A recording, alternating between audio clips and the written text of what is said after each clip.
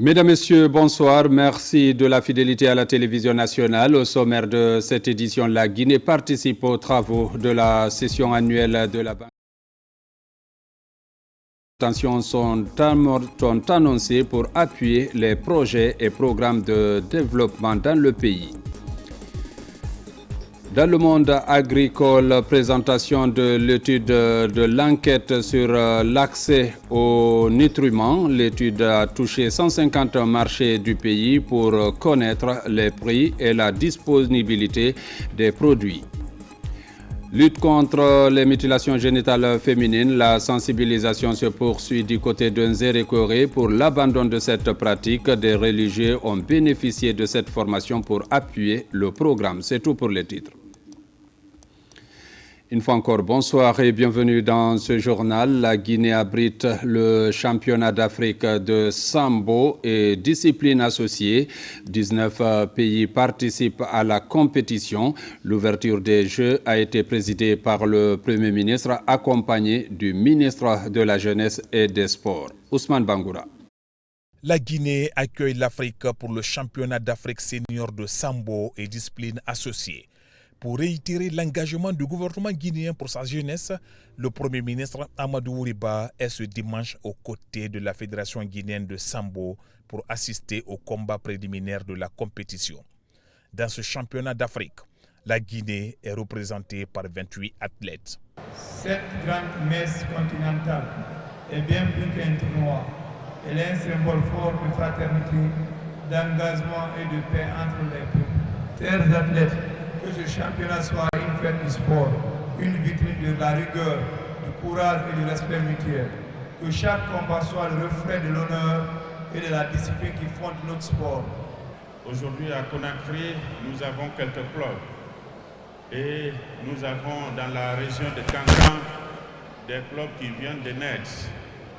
Notre souhait serait que évidemment, le sambo soit pratiqué dans toutes nos 33 préfectures et dans toutes nos communes de Conakry. Et cela demanderait un soutien du gouvernement. Parce que chaque fois que les jeunes adhèrent massivement à une discipline, et surtout les disciplines de combat, évidemment, nous les occupons sainement. Et s'ils sont occupés sainement, nous avons la possibilité de les encadrer. Et le sambo est en train de jouer sa partition. Devant le président de la Confédération africaine de sambo, le Premier ministre a dit toute sa satisfaction pour la tenue de cette compétition en Guinée. Il a profité de l'occasion pour revenir sur les péripéties de cette fédération. C'est un plaisir d'encourager les combats, les sports individuels. À ce niveau-là, la Guinée a des résultats. Il faut qu'on les encourage, que le sport ne se réduit pas simplement à une discipline. Aussi reine qu'elle soit, elle ne peut pas prospérer si les autres disciplines sportives ne se développent pas. Le sport est le facteur d'unité, le facteur de rassemblement. Nos quartiers en ont besoin, nos villes en ont besoin, les jeunes ont besoin de se reconnaître à travers des sportifs. Donc à tous ceux et à toutes celles qui accompagnent cette dynamique, merci beaucoup. Dans ce mois de mai, 2 compétitions africaines se tiennent à Conakry. Avant le sambo, la Fédération guinéenne de boxe a organisé le championnat d'Afrique de boxe avec la participation de 9 pays. La finale s'est jouée ce week-end devant le Premier ministre chef du gouvernement. La Tunisie est l'équipe championne de cette édition avec 10 médailles, dont 5 en or. Et la Guinée, 4e au classement, avec 12 médailles, dont 2 en or. Et puis, session annuelle du groupe de la Banque islamique de développement. Je vous l'annonçais dans les titres. Les assises se tiennent en Algérie. La Guinée répond favorablement à l'invitation. Des très bonnes intentions sont aussi exprimées. Le compte rendu avec Alpha Yassila. C'est ici, au Centre international de conférence Abdelatif Rahal, situé sur les rives de la Méditerranée, que s'est tenue la session annuelle de l'Assemblée du groupe de la Banque islamique de développement BID. La délégation guinéenne, conduite par le ministre du Plan et de la Coopération internationale, à cette session de l'institution financière multilatérale de développement. Celle-ci, après celle de Riyad en 2024. Plus de 2000 participants venus des 57 pays membres ont débattu les enjeux et les défis liés à la thématique majeure de l'édition 2025. En marge des travaux, la délégation guinéenne a eu une séance de travail avec Rami Ahmed, vice-président du groupe de la Banque islamique de développement autour du programme Simandou 2040. Nous avons fait la revue de portefeuille. L'objectif était de les parler de la situation macroéconomique de notre pays. Tous les indicateurs sont ouverts, mais aussi le programme de développement socio-économique durable et responsable Simandou 2040, les 5 piliers, les projets, les réformes qui vont être annoncés très prochainement. Mais aussi, ils étaient vraiment enchantés pour dire que les 5 piliers vont exactement sur les différents points de la Banque islamique de développement. Il faut reconnaître que la Banque islamique de développement, son conseil d'administration a déjà validé 2 projets phares pour la Guinée, celui de centrale pour l'électricité de la ville de Kankan, qui a trop duré, Dieu merci, à peu près 40 millions de dollars, ça a été approuvé, et aussi les projets d'infrastructure aussi qui ont été validés. Donc au jour d'aujourd'hui, cette mission nous donne à peu près plus de 280 à 300 millions de dollars de résultats que nous partons de l'Algérie pour la Guinée. L'ouverture des travaux proprement dit de la session de l'Assemblée de la Banque islamique de développement est lieu mardi dans cette salle de conférence présidée par le Premier ministre algérien Nadir Larbaoui. Au cours de cette première journée, la BID a approuvé des financements de plus de 1,32 milliard de dollars américains visant à soutenir une croissance inclusive, renforcer la résilience face au changement climatique, sécurité alimentaire, la formation professionnelle et l'accès à l'eau. La délégation guinéenne a rencontré plusieurs autres agences de financement de la BID, notamment ITFC, le Fonds de solidarité islamique pour le développement, le Fonds de l'OPEP pour le développement, ainsi que la Société islamique pour le développement du secteur privé, ICD et IC. Pour la coopération bilatérale, le ministre Nabé a eu des échanges fructueux avec le ministre algérien de l'économie et des finances, en même temps président de la conférence des gouverneurs des pays membres de la BID. Une autre rencontre de cette série, celle avec le ministre azerbaïdjanais de l'économie et de la planification. L'Azerbaïdjan est le prochain pays hôte de la session du groupe de la Banque islamique de développement. L'Union africaine a 25 ans. La célébration de cette année a été particulière. Elle a impliqué les tout-petits, des Guinéens et d'autres nationalités pour leur inculquer les valeurs du patriotisme et du panafricanisme. Compte rendu, Ali Badra-Kondé. Tout a commencé par ce carnaval géant de ces tout-petits. Parmi eux, des Guinéens et d'autres venus des pays de la sous-région. Cette cérémonie marque le lancement des festivités des 25 ans d'existence de l'unité africaine. L'événement se déroule dans les locaux de l'école internationale Les Enfants du Futur. L'unité africaine commence dans nos écoles, dans nos cœurs, dans nos quartiers et dans nos entreprises. Elle commence lorsque nous choisissons de coopérer plutôt que de nous diviser. Lorsque nous valorisons nos langues, nos traditions, notre patrimoine. Cette fête pourra être mise en profit pour sensibiliser les enfants, les jeunes enfants à comprendre que c'est dans l'unité qu'on peut être fort. C'est dans la paix qu'on peut construire un pays. Le thème choisi pour cette célébration avec ces tout-petits est une Afrique unie pour une Afrique forte. Par cette célébration, il est question d'inculquer à ces jeunes enfants des valeurs du patriotisme, mais aussi du panafricanisme dès leur bas âge. Nous avons absolument tout sur place. Nous invitons les jeunes, nous invitons les femmes, nous invitons les hommes, nous invitons le peuple africain à se lever. Nous avons l'innovation, nous avons la technologie. Chers jeunes, restons en Afrique et bâtissons le continent dont nous rêvons. Au-delà de l'unité nationale, on a vu avec les enfants ici Non, l'unique héritage qu'on peut laisser à un enfant pour qu'il soit utile pour la nation, c'est bel et bien, c'est l'éducation des enfants, c'est la formation des enfants. Du sketch, du slam, du théâtre, de la poésie ainsi que des chants et des pas de danse pour égayer l'assistance. Une mise en scène qui permet de faciliter la compréhension des messages allant dans le sens de promouvoir le panafricanisme chez ces tout-petits. Mobilisation des recettes fiscales, la sensibilisation est activée. Les messages sont liés à la gestion et à la transparence. La séance profite aux étudiants de l'Institut supérieur agronomique et vétérinaire de Farana. Reportage Silati Kourouma, Marwan Kamara. À l'amphithéâtre de l'Institut supérieur agronomique et vétérinaire de Farana, le civisme fiscal est en débat. Autour de cette thématique d'intérêt public, étudiants et spécialistes en la matière. L'initiative vient améliorer le moral fiscal des étudiants afin de contribuer à la promotion des pratiques dans le pays. Les premiers étudiants qui ont déjà suivi des formations sur le civisme fiscal, sur le processus budgétaire, sur le contrôle citoyen de l'action publique, que cette conférence puisse non seulement augmenter le nombre de cibles qui doivent comprendre c'est quoi les fiscs, c'est quoi le budget, c'est quoi le contrôle citoyen de l'action publique, mais aussi que ces étudiants déjà aient à l'esprit le rôle primordial de la jeunesse dans la mobilisation des ressources internes. Les citoyens ne sont pas éduqués en matière de mobilisation des ressources fiscales et non fiscales. Et les budgets sont prévus en fonction de ça, de ces recettes-là.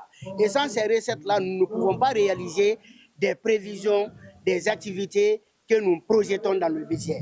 Le programme est porté par les institutions d'enseignement supérieur du pays en collaboration avec Expertise France et l'ONG Air Guinée. Massivement présents à cette conférence interactive, les étudiants sont conviés à faire des sensibilisations. Pour mieux enrichir un pays, il faut passer sur le paiement des impôts et les taxes. C'est la meilleure façon d'enrichir le pays. La formation m'a plu également car ça me permettra de connaître mes devoirs et mes droits au niveau du paiement des impôts. La sensibilisation des étudiants au civisme fiscal est un processus continu qui nécessite une approche globale multiforme. Elle pourra contribuer à construire une culture fiscale saine et améliorer le financement des services publics. Tenue de la 78e Assemblée générale de l'Organisation mondiale de la santé, le thème de cette année, un monde uni pour la santé, la situation post-Covid-19, les maladies non transmissibles et la couverture sanitaire universelle sont en discussion. La Guinée est représentée à cette rencontre par le ministre de la Santé. Reportage Amadou Touré, Mohamed Souma. Tenue de la 78e Assemblée générale de la santé à Genève en Suisse. Les travaux ont porté sur le thème « Un monde uni pour la santé ». Ce sommet mondial de la santé a connu la participation de la Guinée à travers une délégation conduite par le ministre de la Santé et de l'Hygiène publique. En réitérant l'adhésion de son pays aux accords issus de ce forum, Dr Oumar Dioueba s'est dit préoccupé quant à l'application correcte de ses engagements en faveur des pays africains. La pandémie à Covid-19 a mis à nu nos systèmes de santé, mais aussi nos inégalités face aux soins de santé de qualité en période de crise. Étant donné que la santé n'est pas un luxe, mais un droit fondamental, la République de Guinée exprime son soutien à son adoption et réaffirme son engagement à la solidarité internationale, de sorte qu'aucun citoyen du monde ne soit laissé de côté. Le défi majeur restera la mise en œuvre de cet accord que nous espérons relever ensemble. En plus de cet accord sur la pandémie de Covid-19, d'autres priorités sanitaires mondiales ont aussi été abordées lors de ce sommet. On était à 95% de ruptures en vaccins traditionnels. On avait le nombre le plus élevé d'enfants 0-12 parmi les pays de l'Afrique centrale et de l'Afrique de l'Ouest. Et aujourd'hui, avec le leadership, la volonté politique, nous n'avons pas de rupture. Nous sommes en train de rattraper les enfants zéro dose et cela est apprécié aujourd'hui au niveau international. Ça fait plaisir. Ce rendez-vous mondial sur la santé a également été une opportunité pour ces spécialistes d'aborder la situation des maladies non transmissibles qui constituent de nos jours un défi majeur pour la santé publique mondiale. Sécurité alimentaire et nutritionnelle, des analyses sur l'accès aux nutriments sont présentées. C'est l'aboutissement des enquêtes sur les prix et la disponibilité des denrées. 150 marchés du pays ont été couverts. Reportage Fodé Camara. Sous l'égide du ministère de l'Agriculture et de l'Élevage, l'Agence nationale des statistiques agricoles et alimentaires procède à la présentation au grand public des résultats préliminaires d'une étude tenant compte de plusieurs paramètres, notamment la question d'accessibilité sur le marché. L'enjeu est de combler le déficit en nutriments. On a optionné 150 marchés à travers le pays pour ressortir réellement le déficit, c'est-à-dire en denrées, non seulement et aussi en plus de prix, qui peut permettre à l'État de voir réellement quelles sont les parties ou les préfectures qui sont vraiment en carence alimentaire et quelles sont les denrées les plus chères dans les différents marchés de la Guinée. Et dont l'État pourrait prendre ses précautions pour pouvoir remédier à cela et faire en sorte que l'autosuffisance alimentaire peut être une réalité dans notre pays. Cette analyse situationnelle vient baliser les interventions publiques dans le domaine de la lutte contre la malnutrition. Nous sommes à la phase préparatoire du plan multisectoriel du système alimentaire nutritionnel en Guinée. Il y a un plan pour élaborer. Premièrement, on fait la revue de l'ancien, mais aussi on tient compte du contexte. Et contexte veut dire quoi? Où nous en sommes avec l'actualité, et ce qui fait qu'on a besoin des données factuelles. Une fois affinés, ces résultats très attendus vont permettre de faciliter l'élaboration des stratégies de riposte avec l'appui des partenaires techniques et financiers comme le Programme alimentaire mondial. Nos attentes vis-à-vis de la NASA, déjà, c'est une appropriation déjà de cette étude qui est quand même, je ne dirais pas nouvelle, mais qui est une grosse opportunité pour la NASA qui gère la sécurité alimentaire et nutritionnelle. Et de l'autre côté aussi, ça permet aussi donc à la NASA de se positionner et de rendre de manière très anticipée et donc, les situations d'accessibilité ou de comprendre l'environnement alimentaire en Guinée. Cette étude servira d'outil de planification pour aider le gouvernement dans son combat pour la sécurité alimentaire et nutritionnelle. Allons à Koundara pour découvrir Yukunkun, un village où les besoins de développement se font sentir. Le manque d'infrastructures publiques est remarquable. La souffrance devient le quotidien, une démotivation pour les bras valides. La zone se vide progressivement. En réponse à ce malaise, les jeunes se retrouvent, les initiatives se créent à l'image du festival culturel et sportif. Un événement qui se veut attractif afin de redonner espoir à ce village. Reportage grand format signé Moussa Komara. Fondé depuis la désintégration de l'Empire du Mali par le Konyagi Sarangeta vers le XVIIIe siècle, Yukunkun est toujours à l'état primitif du développement. Un village dévasté qui manque presque tout. Les bâtiments administratifs en ruine, à l'image du bureau du sous-préfet et de ce poste de gendarmerie presque détruit par ce tronc de fromager. Difficile pour les habitants de comprendre son retard. Depuis que ce couture est parti, Yukunkun ne fait qu'avancer mais en reculant. On ne sait pas où est le blocus, parce qu'en réalité, Yukunkun a toujours œuvré surtout pour le parti au pouvoir, que nous, toutes les fois, nous avons demandé des aides. Mais je ne sais pas au juste ce qui ne va pas. Pourtant, ces villages peuplés de Konyagi, Peul, Diakanké et Bagaranké connaissent beaucoup de cadres. Tous ont fait leur premier pas dans cet établissement créé en 1905. Mais aujourd'hui, presque en lambeaux. C'était la seule école de la circonscription de Yukunkun, cercle de Gawal. Sareboido, que vous connaissez, certes, venaient scolariser ici, Ikunkun même, et les autres sous-préfectures Guingamp étaient là, avec Ikunkun ensemble, parce qu'il avait quand même son représentant ici, qui résidait avec le représentant de Konyagi auprès du colonial. Également dans le village, le premier centre de santé est complètement décoiffé et défiguré. L'unique poste de santé qui assure la prise en charge des patients de Yukunkun et ses villages environnants est sous-équipé. Nous ne sommes que 2 titulaires. Les bénévoles qui sont là, on ne peut pas compter sur eux parce qu'ils ont des activités pour subvenir à leurs problèmes familiaux.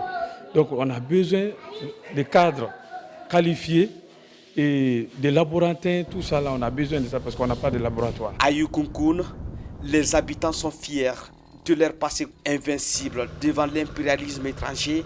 Beaucoup de colons qui ont tenté de conquérir le pays Konyagi sont morts et ensevelis sur cet espace, comme le lieutenant Mongorje, dont certaines rues du village portent même son nom. Ces autres combattants qui l'accompagnaient ont été inhumés dans une fosse commune, lui dans une fosse spéciale. Voilà donc qui a marqué la rue Mongorje, dont vous avez entendu, qui était bordée de fromagers, et que vous comptez certains autres qui sont là. Avec une tradition riche et une culture authentique, Yukunkun peine à se relever de sa léthargie. La jeunesse consciente espère s'appuyer sur ses valeurs pour relancer son développement. Un festival culturel et sportif est annoncé pour la première fois au mois de juillet. À la préfecture, les initiateurs s'entretiennent avec toutes les parties prenantes pour allumer les flammes de cet événement majeur. Yukunkun a besoin de ses fils parce que déjà tous les régimes précédents n'ont pas eu à faire quelque chose dans le cadre du développement de Yukunkun. On ne peut pas s'asseoir avec bras croisés. Il faut que les fils de Yukunkun se lèvent comme un seul homme pour qu'on organise ce festival-là qui nous tient à cœur. Dans le village, les bases sont jetées. Entre installation des antennes locales de l'association et rénovation des édifices publics devant abriter les invités, le festival s'annonce belle. Avec l'amour qu'on a pour cette localité, nous allons se battre corps et âme pour atteindre les objectifs. Le préfet nous a lancé un défi pour dire que ça serait vraiment une première de ce qu'on veut faire à Yukunkun cette année. Et autour de tous les sous-préfets, les maires de cette localité de Koundara, il a dit que si Yukunkun arrive à réussir à mobiliser toutes les sous-préfectures à Yukunkun pendant 3 semaines, que c'est un défi qui sera lancé pour les autres sous-préfectures.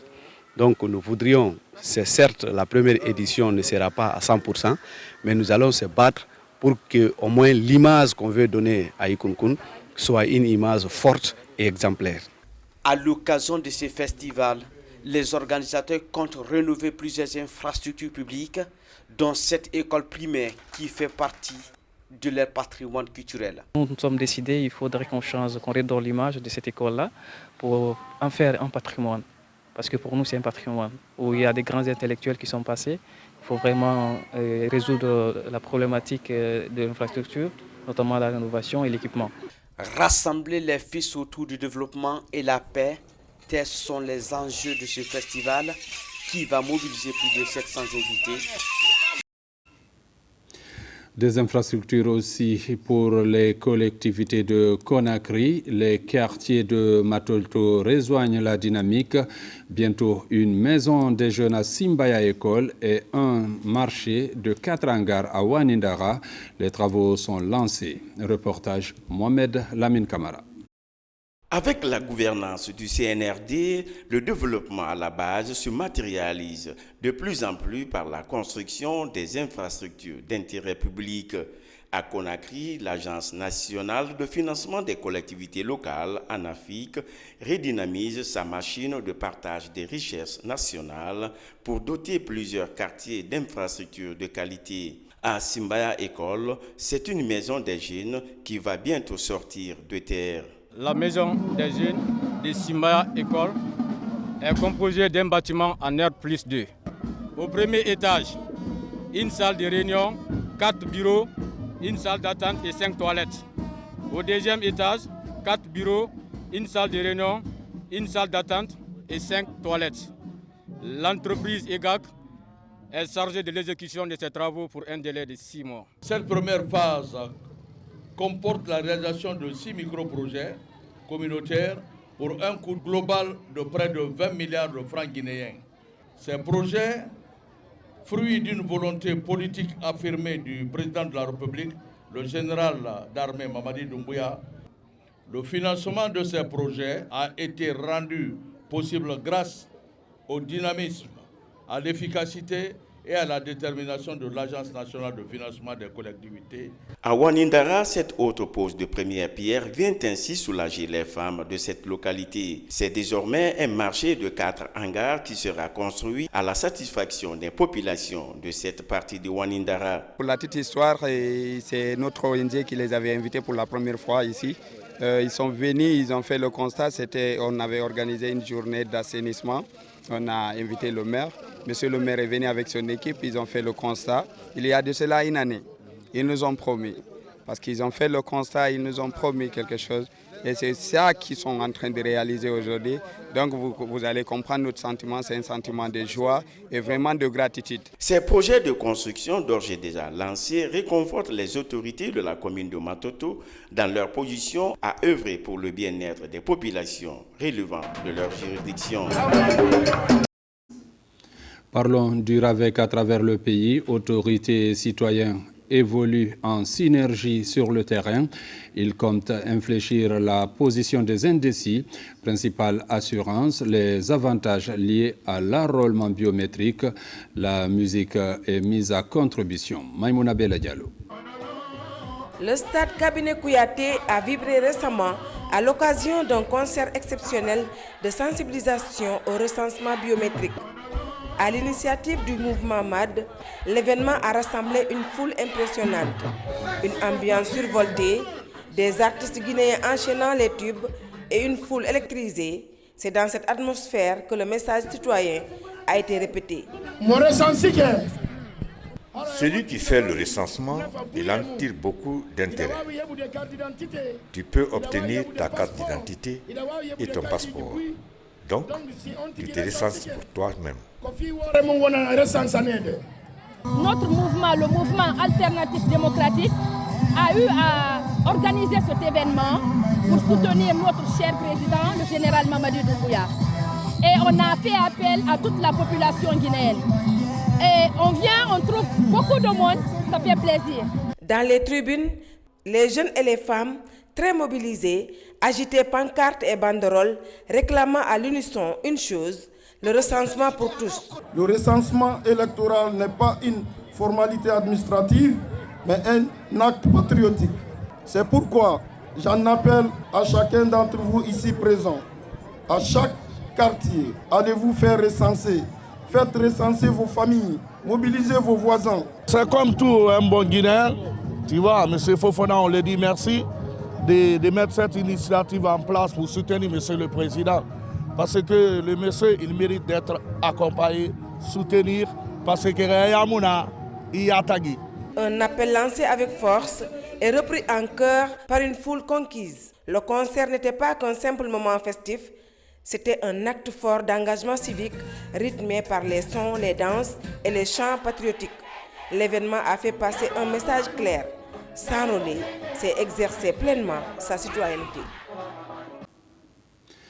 Santé de la femme, en Zérékoré, les méfaits de l'excision sont rappelés.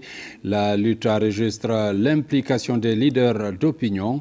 À Zérékoré, un renforcement de capacité est organisé en faveur des religieux et acteurs communautaires. La session est rendue possible grâce à l'UNFPA. Reportage Mohamed Salioupaï.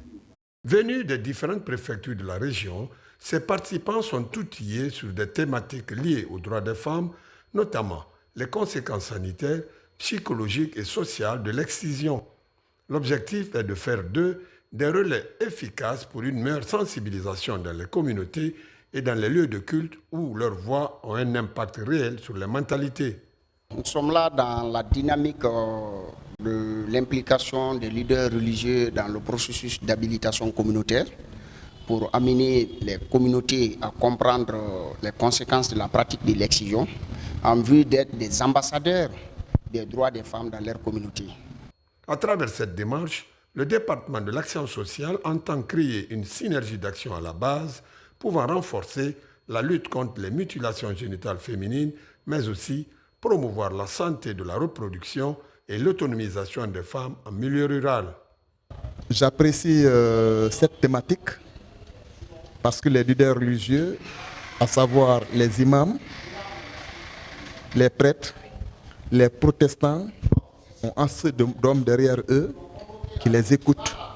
Si nous voyons que cette pratique va causer du mal à nos mamans qui sont le berceau de l'humanité, vraiment on s'engage dans ce processus pour sensibiliser alors nos mamans afin qu'ils abandonnent cette pratique pour la survie de nos filles, de nos mamans.